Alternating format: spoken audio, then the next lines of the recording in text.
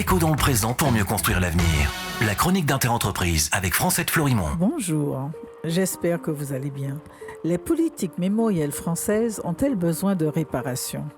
Une question essentielle dans un monde traversé justement par cette demande. En se retournant sur les 25 dernières années, depuis la promulgation de la loi Taubira reconnaissant la traite de l'esclavage comme crime contre l'humanité, des choses se sont passées. La dernière action est l'abrogation, enfin, du Code noir porté par le député guadeloupéen Max Mathiasin.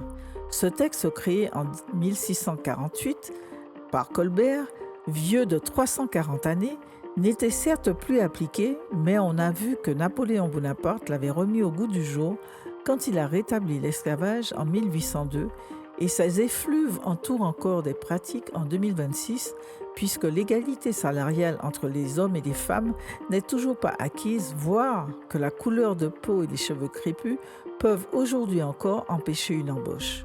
La loi de 2008, renforcée par celle de 2017, n'empêche toujours pas ces discriminations. Ceux qui les vivent les voient dans les yeux des recruteurs quand ils parviennent à passer les barrières des algorithmes. Que cette abrogation du Code noir porte de meilleurs fruits que celle de la loi d'indemnisation des colons de 1849, inscrite dans la loi Égalité réelle en 2017 et qui n'a ouvert aucun débat dans la société française.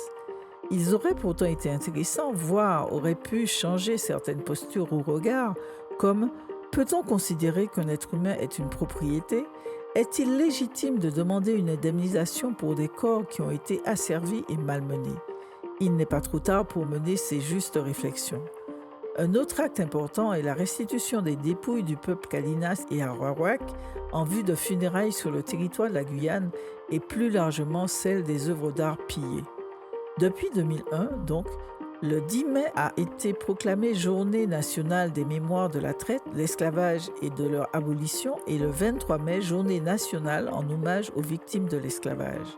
Ces journées de commémoration sur le continent s'ajoutent au 22 mai en Martinique, au 27 mai en Guadeloupe, au 10 juin en Guyane et au 20 décembre à La Réunion, diversité de dates qui montrent la participation des esclaves à leur libération en plus de la dimension institutionnelle. On poursuit demain. Prenez soin de vous. Déco dans le présent pour mieux construire l'avenir. La chronique d'Interentreprise avec Francette Florimond.